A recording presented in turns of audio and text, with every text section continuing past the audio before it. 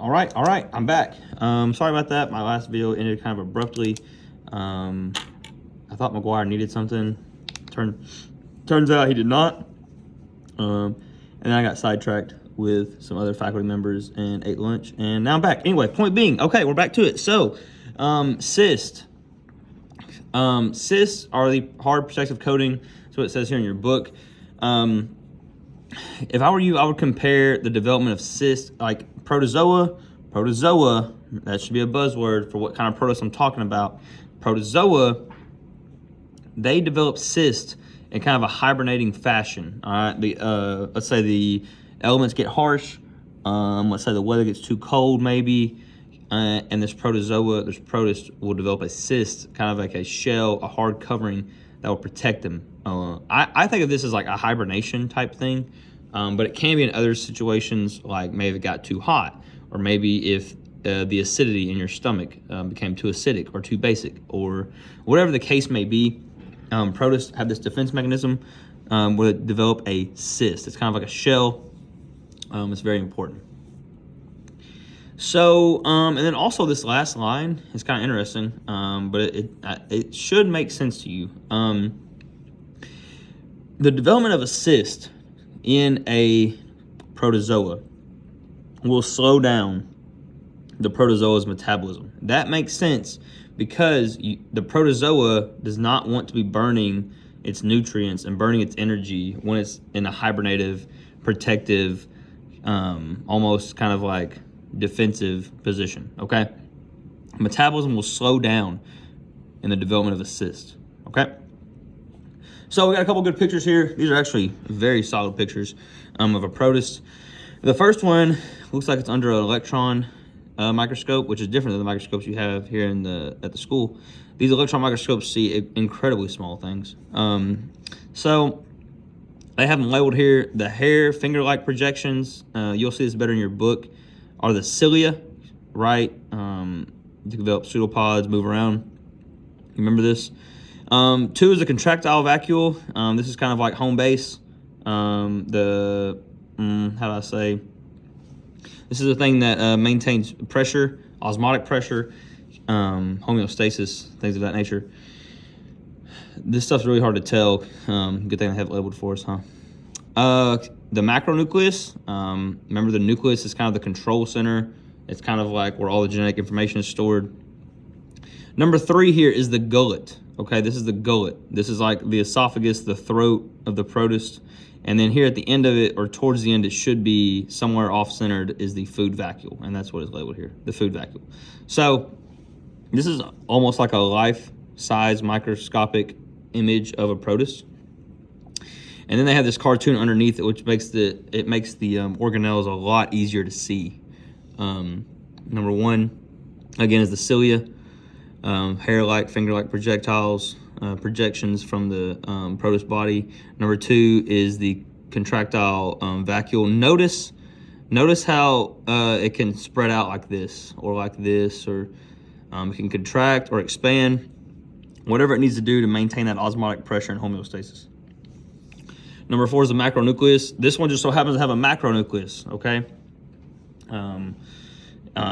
Others might have a micronucleus, but this one has a macro, just like a nucleus we would see in an animal cell or plant cell, okay? What I like about this cartoon picture a little bit better is you can see this connection, okay? This number 3 right here is the gullet, okay? This is the gullet again, okay? Off-centered from it is the vacuole, the food vacuole, right, where food's going to be digested and the nutrients will be spread out amongst the protozoa. But notice here the gullet, there's this opening with little cilia here, right? And this is probably what you would call what? I'll give you a couple seconds to figure out what organelle this probably is, right? Think about what would be attached to the gullet. Oh, there's the bell. It's time for class.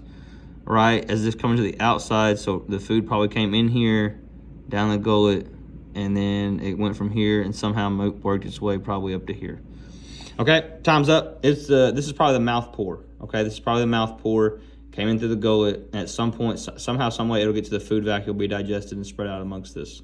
Okay, so mouth pore, gullet, food vacuole. Okay, that's the digestive tract, typically, of protozoa. Again, very important. Recapping from probably the last video is like very important that protozoa have many organelles to do many functions, because protozoa a lot of times are unicellular. Unicellular organisms are not very specialized, meaning that this one cell has to be able to do a lot. Okay? Now, if it was in the form of colonies, the cells could get a little more specialized. And that's all I'm gonna say about that for now. Okay? Questions on that? And by questions, that was a total joke, because I get to keep going. Dude, it's amazing how fast I get through these, how I get through these points when there's nobody, like, you know, I'm having to tell someone to sit down or be quiet or whatever. Anyway, point being, so at this time, I would like to happily let you know that stingrays have invaded the bay where children play. And after that, we're going to talk about the reproduction of protozoas. Okay?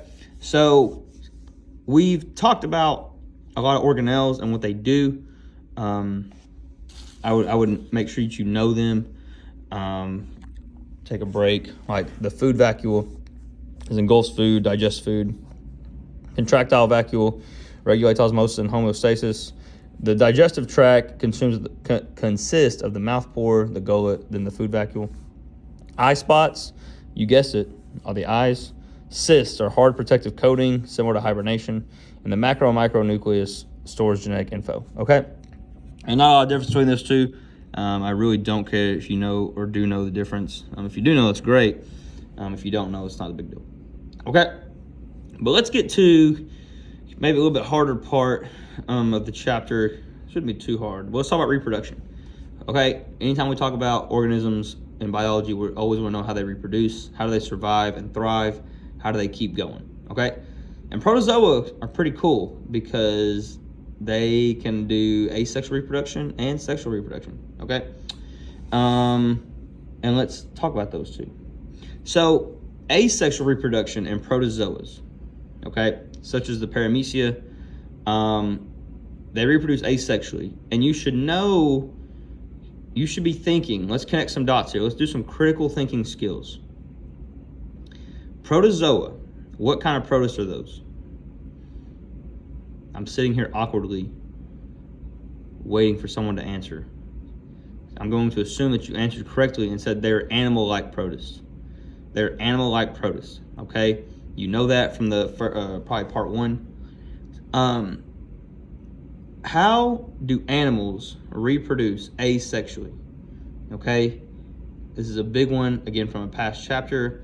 You'll notice a lot of the past chapters are starting to come up very, very consistently, okay? And you are right, I'm assuming you are right, in that animal-like protists reproduce asexually by way of mitosis, right? These are cells like skin cells, probably like liver cells, cells that don't require gametes in a human. Same thing for protozoa. Mitosis is the way we reproduce asexually. Very similar to bacteria's binary fission, okay? The only difference here is that protozoas actually have this genetic information in their nucleus, okay? Whereas bacteria, their genetic information was not in their nucleus. It was kind of like a free-floating circular DNA thing. This is not that situation, okay? Protists have their DNA stored in the nucleus, and I wouldn't say entirely in the form of chromosomes, but some might. Anyway, moving on. So what happens is, just like the regular mitosis you learned about, I think in chapter 8, is you split, every organelle copies itself, splits in half, you get a new cell, okay? Every organelle is duplicated, splits in half, new cell. Very similar. But there is one special type of mitosis that we will learn about, and that is called multiple fission, okay?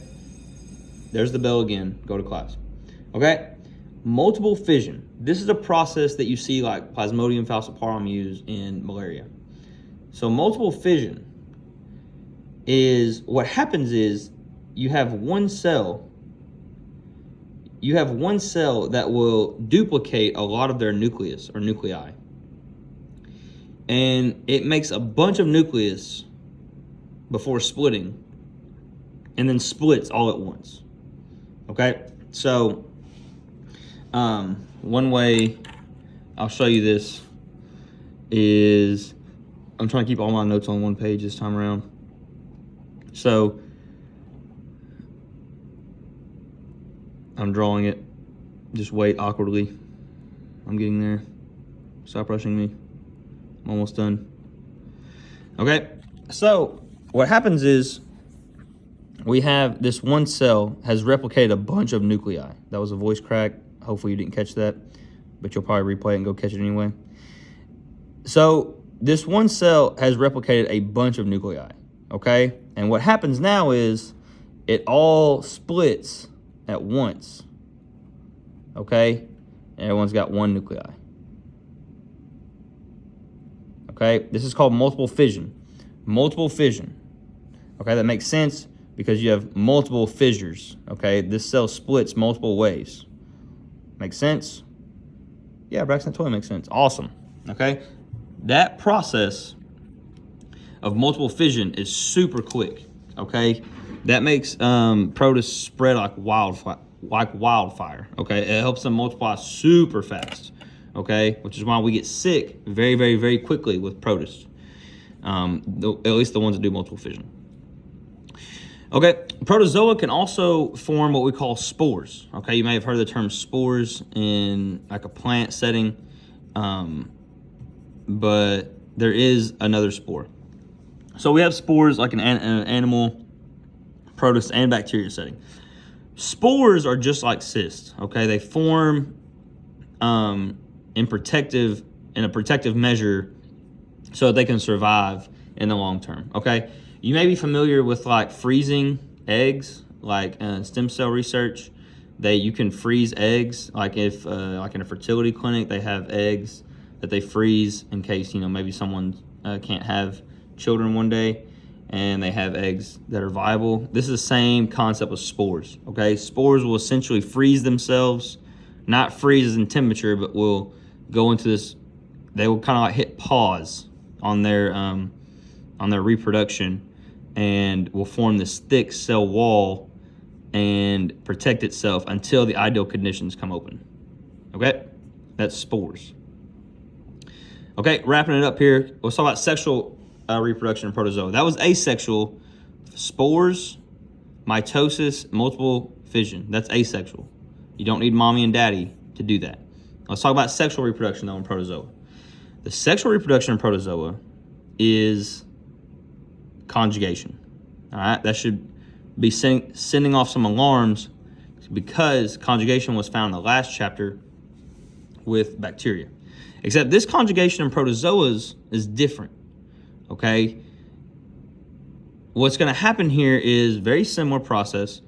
Is that two protozoa are going to meet up, and they're going to connect at the oral grooves. Okay, that's super weird. They will connect at the oral grooves, and they will form what we call a cytoplasmic bridge. Okay, cytoplasmic bridge. That's this process here. They will then exchange information, and this is where it's a little different from the conjugation of bacteria. They will exchange information, very similar to a pilus, but they will exchange it and have more genetic transfer. Okay, it will not be just one way; it'll be multiple ways. And then they will go through a process called mitosis. Once they exchange the information to multiply, and then what they will have is shortly after they replicate, they will split off again. The two paramecium or the two protists or whatever it is will go separate ways, and they will perform mitosis with those now newly modified genetic information. Okay, so and then they'll go through this process again, and again and again and again until finally they get to this part called binary fission, which you know of is to form asexual reproduction, and it will make more daughter cells and such. So that was a whole lot of words, and that was very fast, and that didn't explain it very well at all.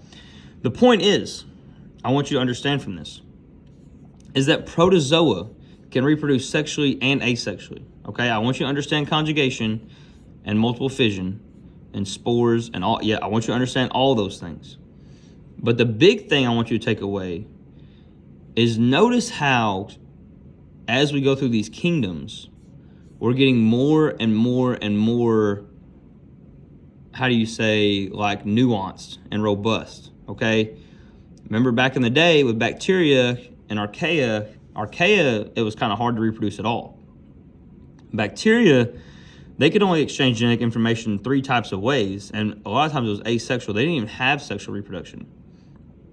But now we're getting to a point of sexual reproduction and asexual reproduction, and we can pick which one we want to do at any given time, given the circumstances. Okay? That's a big takeaway from this lecture. Notice the advances in protists compared to bacteria. Okay, so conjugation is the oral grooves will attach, they will exchange through a cytoplasmic bridge, and they will create 4 new daughter cells. Okay, then they will go through mitosis, and then start the cycle all over again. Okay, and I will now show you that as I finish writing it. Mitosis, back to conjugation. Okay. Also, real quick note, this binary fission part 7, it doesn't always have to be this. Okay, they could do mitosis and then just go back, I guess up to here. They don't always have to go to binary fission. This is like depending on the organism, but it is there. Okay, I don't think it always has to go back there. If I'm wrong on that, somebody can come tell me. But I'm almost certain that this is just like a very generic example. Okay, not every organism reproduces by binary fission. So, with that being said, I'll show you my notes on sexual reproduction. Okay, conjugation, oral grooves attach, exchange info through cytoplasmic bridge, 4 new cells, mitosis, start the process all over again. Okay, this is sexual reproduction because it takes a mommy and a daddy, okay, and they make this new one. Okay, it's kind of a weird wording, oral grooves attached. That's disgusting, dude. Totally sickens me out. Okay, anyway, I think that's good for today. This video got pretty long. I had to split it into 2, but if you need someone to blame, you know, I don't know, take it up with the faculty. Anyway, I pray that everything's going well. I hope these videos are helping. Please email me if you have questions. I will finish 3A and start, not 3A. I will finish 13A and start 13B next time around. Okay, have a great day.